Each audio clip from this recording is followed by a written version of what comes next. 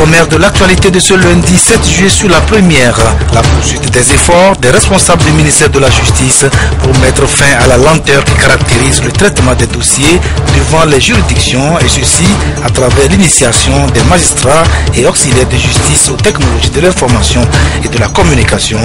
Les greffiers et secrétaires de parquet sont sur les claviers depuis ce matin. Des étudiants togolais en fin de formation initiés aux techniques de création et de gestion d'entreprise. Une réponse du ministère du Commerce aux préoccupations du gouvernement en matière de lutte contre le chômage et le sous-emploi des jeunes diplômés. Le nouveau gouvernement pour le nouveau Premier ministre au Sénégal, Mohamed Dionne, qui succède à Aminata Touré, a formé une équipe gouvernementale de 33 membres. Madame, Monsieur, bonsoir et merci d'être présent dans cette édition. C'est le Togo qui va assurer la direction du district 9102 du Rotary International cette année. Une délégation du gouvernorat du dit district est allée annoncer la nouvelle au chef du gouvernement ce matin lors d'une audience que celui-ci lui a accordée. Maurice Amenizi Dor, qui conduisait la délégation, a déclaré à sa sortie avoir saisi l'occasion de la rencontre avec Kwesi Selagoya Omezono pour solliciter le soutien des autorités pour l'organisation de la grande conférence du Rotary qui se tiendra en avril 2015 à Lomé. Une déclaration faite au micro de Ramdan Bassina. Je conduis donc une délégation du Rotary International, le district 9102, et qui comprend le Togo, le Ghana, le Bénin et le Niger. Et au Rotary, le mandat de gouverneur est d'un an. Donc le Togo a l'honneur cette année de diriger notre district à travers ma modeste personne. Donc du 1er juillet au 30 juin 2015, donc, je suis le gouverneur de ce district. Et nous sommes venus rendre une visite de courtoisie au Premier ministre pour l'informer donc de notre nouvelle charge afin que le gouvernement puisse nous accompagner en cas de besoin pour l'organisation de notre grande conférence de district qui aura lieu au mois d'avril 2015 à Lomé, où nous attendons plus de 1000 personnes, 1000 rotariens donc, pour cette conférence. Le ministère de la Justice semble avoir trouvé le remède à la lenteur qui caractérise le traitement des dossiers qui passent devant les juges togolais. Après les magistrats, c'est au tour de leurs assistants que sont les greffiers et secrétaires de parquet de se mettre au diapason des technologies de l'information et de la communication. Ainsi, ceux de la Cour suprême et des cours d'appel de Lomé et de Kara se sont mis au clavier ce matin pour une formation de plusieurs jours organisée à leur intention. Compte rendu à Nolkideo. Le programme de modernisation de la justice intègre dans sa mise en œuvre le volet formation des magistrats et des auxiliaires de justice, notamment les greffiers et les secrétaires de parquet. Ces derniers sont en session de formation sur les techniques de l'information et de la communication. Leur habileté à l'utilisation de l'outil informatique et les recherches apporteront des améliorations en matière de célérité dans le traitement des dossiers, ce qui permettra sans nul doute de réduire la lenteur administrative dans les juridictions.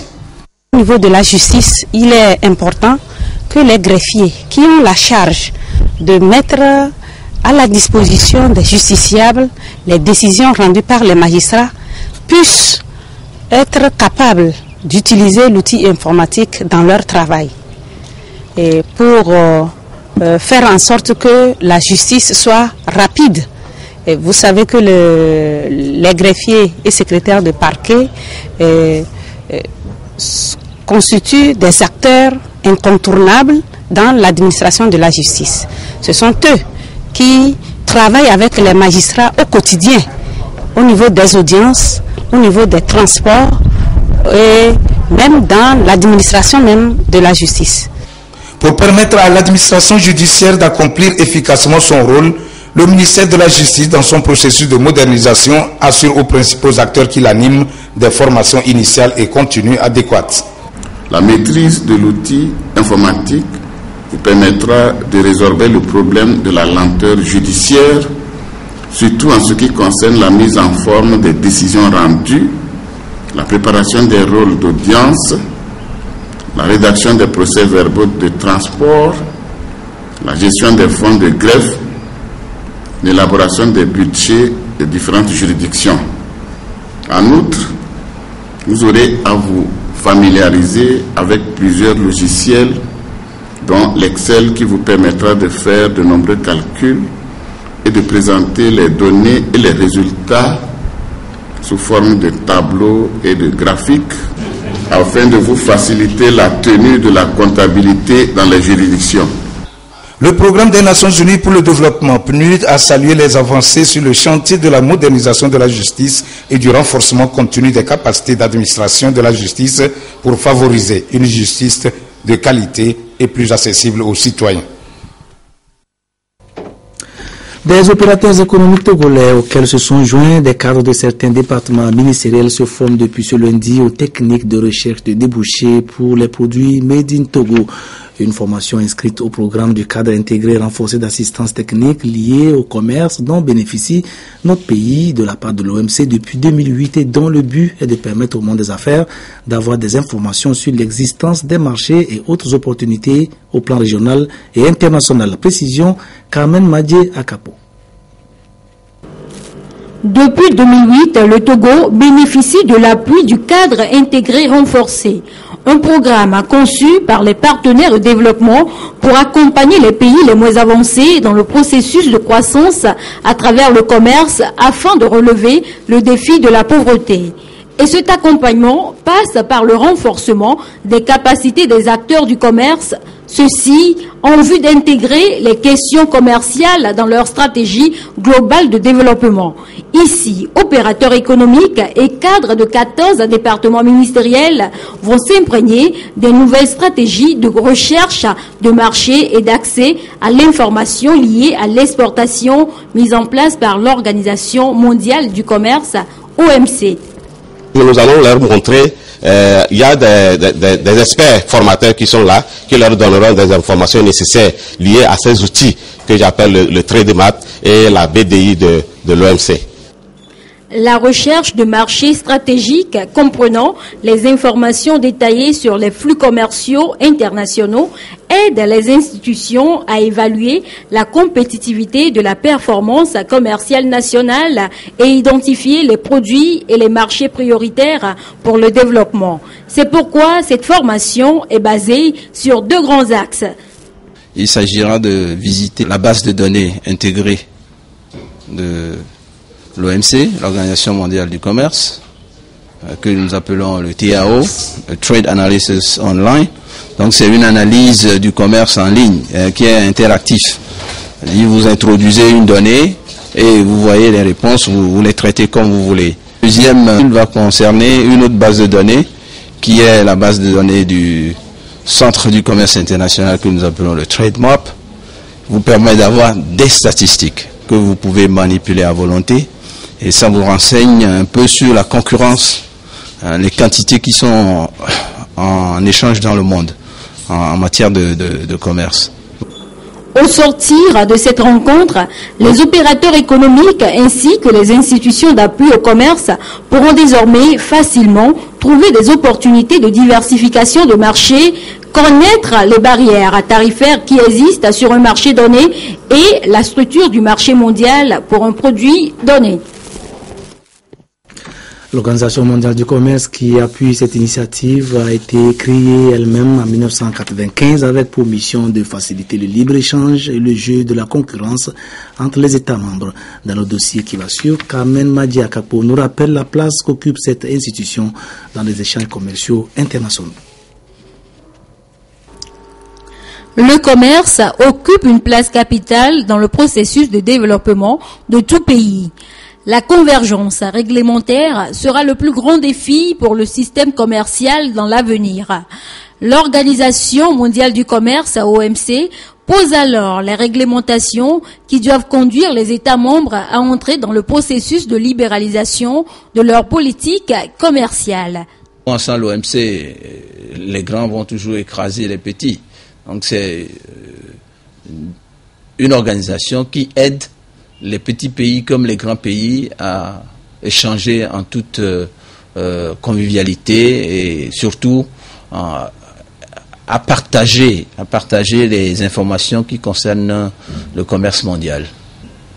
À l'OMC, beaucoup de questions sont discutées. Vous avez beaucoup de comités le comité sur le commerce et l'environnement, le comité sur le commerce et la santé, le comité sur le commerce et les investissements. On y débat de beaucoup de questions afin d'aider les pays à commercer, comme on dit, dans un état ou dans une atmosphère de convivialité. Cependant, beaucoup de pays africains, malgré leur appartenance à l'Organisation mondiale du commerce, censée les aider à accélérer leur développement économique avec sa politique de libéralisation toujours plus grande du commerce international, se sentent mis au banc du marché occidental qui ferme la porte à leurs produits. Ainsi, nombreux sont les experts qui soutiennent que l'Afrique n'a pas profité autant qu'elle aurait pu de la mondialisation et du développement du potentiel de la libéralisation des échanges, puisque malgré l'augmentation des exportations au cours de ces 2 dernières décennies de 126 milliards de dollars US à 159 milliards, la part du continent noir dans le commerce mondial a chuté de 2%. En attendant de se frotter aux règles du jeu commercial telles que définies et mises en œuvre par l'OMC, des étudiants en fin de formation dans les universités et écoles d'enseignement supérieur public et privé du Togo veulent d'abord maîtriser les techniques de création et de gestion d'entreprise. Pour répondre à leurs désirs et à celles des autorités togolaises en matière de lutte contre le chômage et le sous-emploi, le ministère du Commerce a pris l'initiative d'une formation qui s'est ouverte à leur intention sur le site de la foire Togo 2000. Reportage Koumou Provodé. La plupart des jeunes diplômés sortis des universités, écoles privées d'enseignement supérieur ou des centres de formation éprouvent d'énormes difficultés à s'insérer dans la vie active. Pour gagner le défi de l'emploi des jeunes, le gouvernement a pris des initiatives pour accompagner les jeunes en quête d'emploi. L'on peut citer entre autres l'aide à l'insertion et au développement de l'embauche, le programme de volontariat national. La problématique de l'emploi des jeunes se pose sans cesse et aujourd'hui l'entrepreneuriat apparaît comme une alternative déterminante. Et pour réussir, il faut outiller les jeunes diplômés en technique de création et de gestion de leur propre entreprise. Vu le nombre de diplômés qui est déversé chaque année sur le marché de l'emploi, l'État seul ne peut plus absorber tous ces jeunes-là. Donc, il appartient maintenant au secteur privé, qui est le moteur de la croissance et pourvoyeur d'emploi, que l'État puisse mettre en place un cadre qui lui permette justement de contribuer à la création de l'emploi. Et c'est dans le souci de faire découvrir les opportunités qu'offre l'entrepreneuriat que se tient cette session de formation à l'endroit des étudiants en fin de formation à l'université de Lomé et dans les écoles privées de l'enseignement supérieur. Ils vont échanger avec les experts en vue de renforcer leur capacité entrepreneuriale. Il faut les amener à comprendre que on ne doit plus attendre l'emploi salarié. C'est vrai qu'il y aura de l'emploi salarié, mais pas pour tout le monde. La meilleure façon de s'offrir un emploi, et un emploi décent, c'est de le créer soi-même. Et comment trouver d'abord l'idée d'entreprise? Où se trouve l'idée? Comment naît l'idée? Et quand l'idée naît, l'idée doit faire son chemin pour que cette idée devienne une réalité concrète, c'est-à-dire à travers une entreprise. Quand l'idée naît, il faut pouvoir formaliser cela. Donc, il faut élaborer un plan d'affaires. Le plan d'affaires doit pouvoir leur permettre d'aller vers un partenaire. Pour une appropriation des techniques de gestion entrepreneuriale, la même formation se tiendra à Kara au profit des étudiants diplômés de l'université de Kara. Et si nous consacrions aujourd'hui encore une page à l'entrepreneuriat, ce concept si cher aux autorités par lequel les jeunes jurent pour s'insérer dans le monde du travail par leur propre initiative. Ils sont en effet de plus en plus nombreux à avoir compris que de nos jours, le meilleur moyen de trouver un emploi, c'est de le créer soi-même. Alors, ils élaborent toutes sortes de projets. Ceux-ci sont-ils toujours fiables? Que fait l'État pour les accompagner sur ce chemin parfois incertain? Nathalie Panegué s'est intéressée à la question. Réponse dans ce dossier. La croissance économique, la création de la richesse et de l'emploi et l'amélioration des conditions de vie des citoyens passent inévitablement par la promotion des initiatives individuelles. Constat: des jeunes porteurs de projets sont confrontés à des difficultés d'accompagnement, d'encadrement, mais surtout d'accès au financement, des facteurs qui sapent leurs efforts.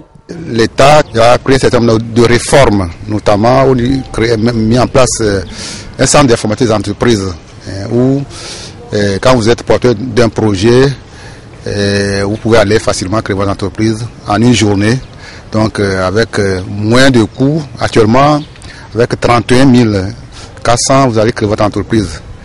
Bon, même pour une société au sein des pays de l'OADA, donc le capital social est ramené maintenant à un montant minimum de 100 000 francs. Avant, il fallait des millions pour créer une société, surtout à responsabilité limitée.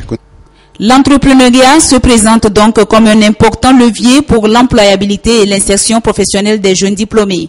Conscient de ses limites à absorber tous les diplômés des établissements de formation, l'État togolais s'implique davantage dans la promotion de l'entrepreneuriat. Ceci à travers plusieurs initiatives, dont le fonds d'appui aux initiatives économiques des jeunes Fayèges.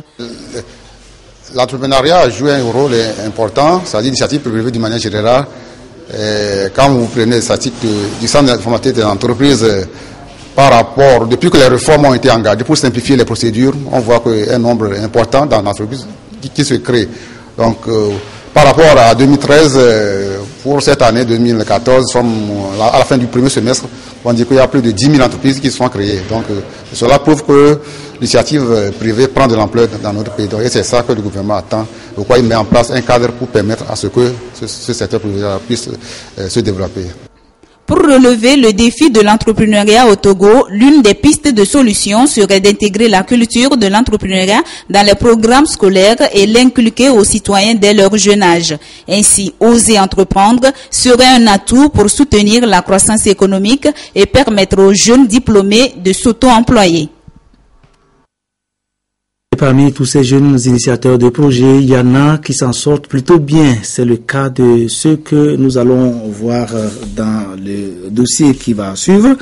Réunis au sein d'un groupement dénommé Chômage Zéro, ces jeunes ont choisi de se lancer dans l'élevage de porcs. Il y a seulement un an qu'ils ont créé leur ferme et le résultat, vous allez le voir donc dans ce reportage signé Pierre Souzoupo. Pour faire barrage au chômage. Ces jeunes, venus de divers horizons, sortis des universités du Togo, ont vite compris de prendre en main leur devenir à travers l'autoprise en charge. Et leur entreprise, la porciculture.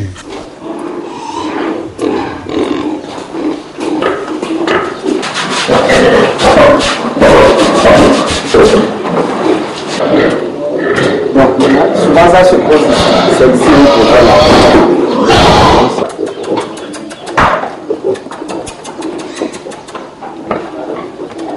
Ici, ingénieurs, juristes et comptables ont choisi de faire carrière sur ce site. Je suis ingénieur agronome de formation. Donc, c'est moi qui suis chargé de coordonner tout. C'est-à-dire, voilà, côté santé, côté nourriture, comment il faut faire les mélanges, tout cela. Ça, nous avons décidé ensemble, étant collectif, nous avons décidé de faire l'élevage du porc. Et dans l'organisation, je suis le chargé de communication. C'est moi qui fais la communication de l'organisation. Et au sein de, comme vous avez remarqué, c'est la base même qui est là. Et nous étions sur le site, chacun vient, selon sa définition, on vient. On travaille, on nourrit les porcs, on fait tout ça. Toute une organisation dans ce parc. La provendeurie est par exemple assurée par ce groupe. Le lavage des porcs par cet autre groupe et l'entretien du site est dévolu à ceux-ci. Chacun y joue son rôle à cœur joie. L'on ne peut résorber le chômage qui sévit dans le pays que par l'auto-emploi ou bien l'entrepreneuriat agro-pastoral. Du coup, j'ai préféré et j'ai estimé d'ailleurs m'insérer dans ce que je peux faire avec joie, sans contrainte. Là, je crois que je me retrouve merveilleusement dans ce métier-là. Et je dirais une corporation que j'invite tout le monde à aimer, à adhérer. À la tête du collectif, Fabio. Son rôle, coordonner toutes les activités sur le site. C'est la loge de truie en gestation. Donc dès qu'une truie est en gestation, elle est mise dans cette loge. C'est la loge à temps trahi. Avant que la truie ne soit croisée, elle reste ici.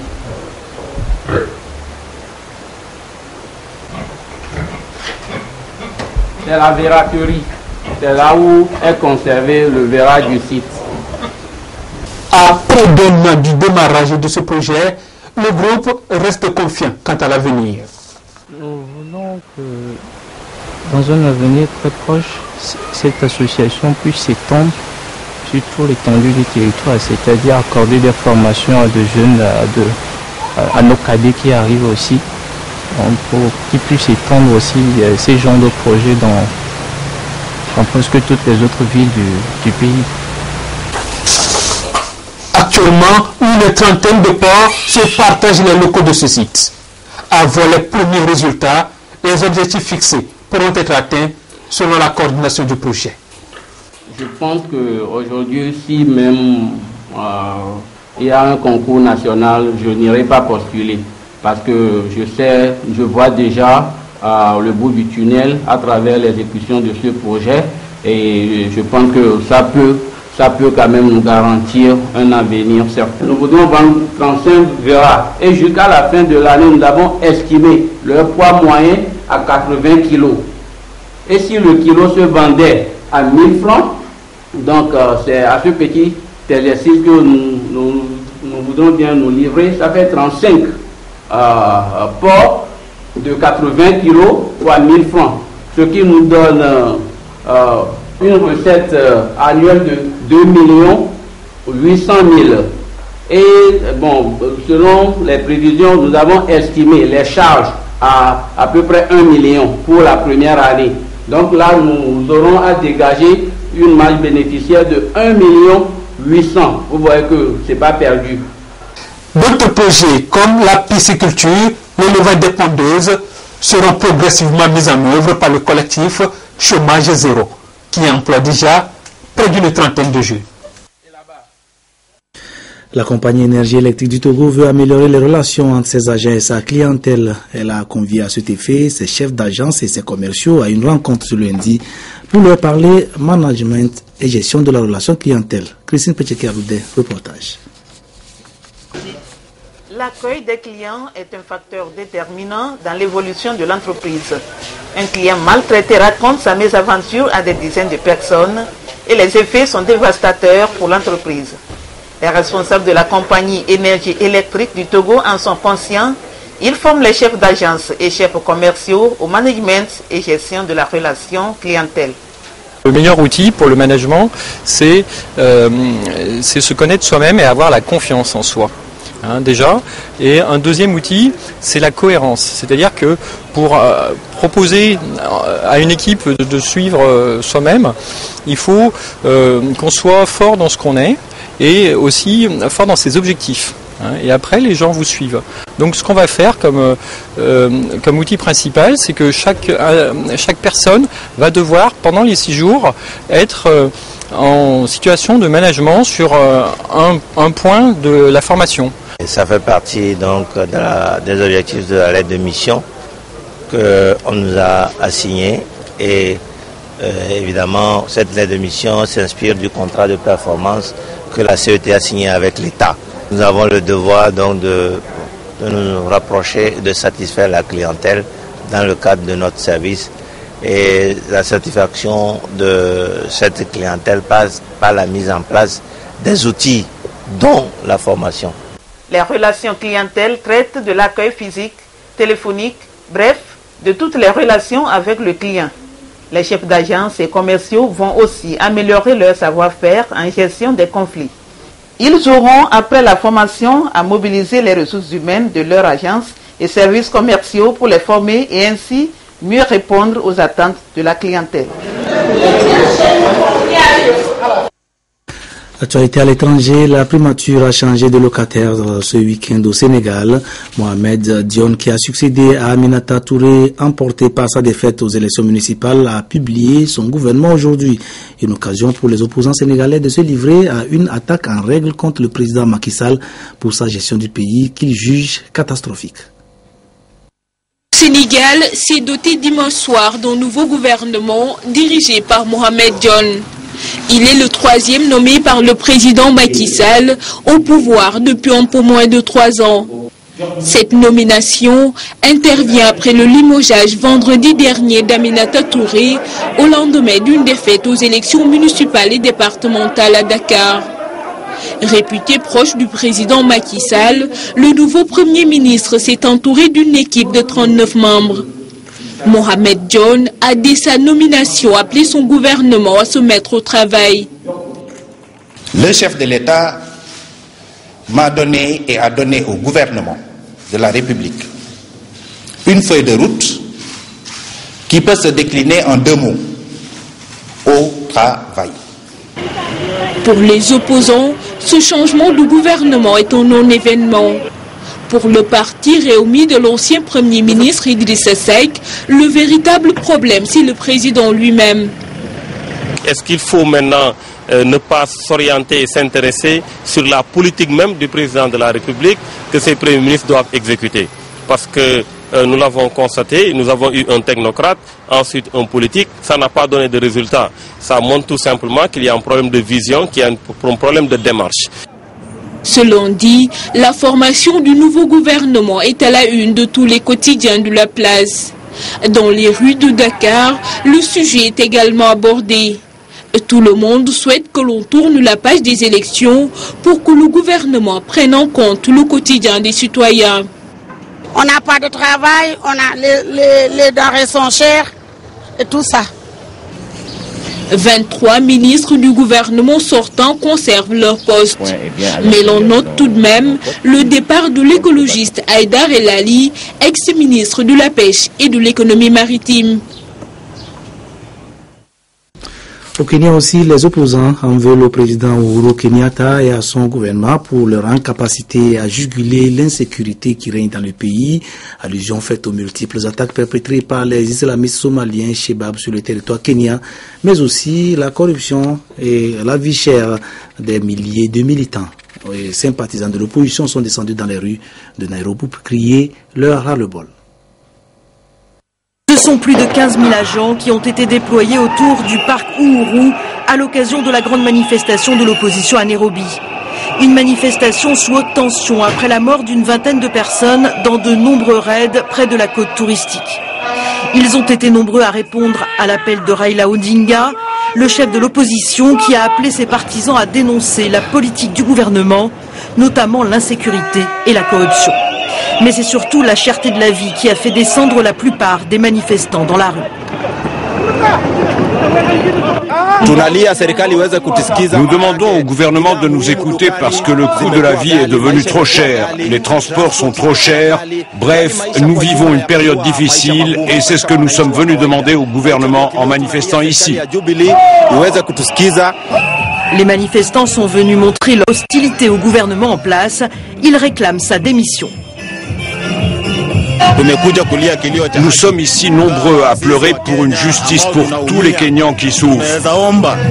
Nous demandons la démission du gouvernement afin que nous puissions voter à nouveau et élire des dirigeants qui prendront soin de nous. Cette manifestation de Nairobi a lieu alors que le pays est en état d'alerte par crainte des islamistes Shebab affiliés à Al-Qaïda qui perpétuent des opérations terroristes pour punir le Kenya engagé militairement en Somalie. Ce communiqué à présent, avant de passer au dernier sujet de ce journal, il émane du comité d'organisation des États généraux de la presse. Les États généraux de la presse togolaise qui se sont déroulés du 30 juin au 2 juillet 2014 ont permis de faire le diagnostic des maux qui entravent l'émergence d'une presse professionnelle et de prendre des résolutions et des recommandations pertinentes en vue de remettre la presse togolaise sur les rails du professionnalisme. Les travaux ont connu un aboutissement heureux grâce à la contribution de tous les acteurs des médias nationaux et étrangers, notamment des experts et invités du Niger, du Tchad, du Burkina Faso, du Bénin, du Sénégal et de la France, ainsi que des communicateurs togolais dont la maîtrise des thèmes et l'expérience avérée dans la profession ont été fort appréciés par les participants. Le président du comité d'organisation des États généraux saisit cette occasion pour remercier le gouvernement, les autorités administratives de la préfecture de Kloto, les partenaires au développement à travers le système des Nations Unies qui n'ont pas lésiné sur les moyens pour accompagner les médias togolais dans la recherche des meilleures conditions de travail et faire de ces assises une réussite. Les mêmes remerciements vont également aux participants, notamment au présidium des États généraux qui a su conduire les travaux avec dextérité et un sens enjoué d'humour, lui permettant de canaliser avec professionnalisme les débats parfois houleux. Aux représentants des organisations professionnelles de presse, aux patrons de presse, aux journalistes des différents organes écrits, audiovisuels et en ligne venus des 4 coins du pays pour partager leurs expériences et enrichir leurs connaissances en vue d'engager avec détermination le combat pour la professionnalisation de la presse. Enfin, le président du comité d'organisation se félicite du climat de sérénité et de l'esprit de confraternité qui ont prévalu tout le long des travaux et souhaite un avenir radieux à la presse togolaise dans sa quête de professionnalisme. Signé le président du comité d'organisation, Diagou Balogu Donko. Sport, basketball, 2 équipes de personnes handicapées motrices venues de Sokodé et de Kara se sont affrontées la semaine dernière sur le terrain annexe du stade municipal de Sokodé à l'occasion de la célébration du 20e anniversaire de l'association Monde Radieux qui œuvre pour l'épanouissement des personnes handicapées. Voyons les images de cette rencontre avec la marque Bodjona. Ce match de basketball joué entre les équipes des handicapés Semassi de Sokodé et celle des Kondona de la COSA entre dans le cadre du 20e anniversaire de l'association des personnes handicapées Monde Radieux. Cette rencontre qui vise la promotion du droit au loisir des personnes handicapées a été remportée par l'équipe de Sokodé sur un score de 38 contre 8 pour l'équipe de la COSA. Les personnes handicapées, malgré leur handicap, sont capables aussi d'offrir une place de loisir à toute la population, comme les personnes valides. Profiter de cette occasion aussi pour sensibiliser la population sur les fausses croyances, sur les potentialités des personnes handicapées. Une personne handicapée est plus intelligente même que plus tous. Parce que quand vous observez le jeu, il contrôle son handicap, il contrôle le fauteuil roulant et en même temps, il doit manipuler ça, il doit manipuler aussi la boule de basket. Donc il faut être vraiment doué d'une intelligence extrême pour pouvoir jouer ce jeu. L'association Monde Radieux a saisi cette occasion pour lancer un appel solennel à toutes les bonnes volontés afin qu'elles lui viennent en aide pour la suite des activités touchant la promotion des droits des personnes handicapées. Si vous avez joué au lotosport, voici les numéros qu'il fallait cocher pour gagner: 2, 16, 20, 22, 29, 34, 38, 40, 45, soit 9 matchs nuls. Ce journal se referme. Merci de l'avoir suivi. Le rappel des titres pour nous séparer.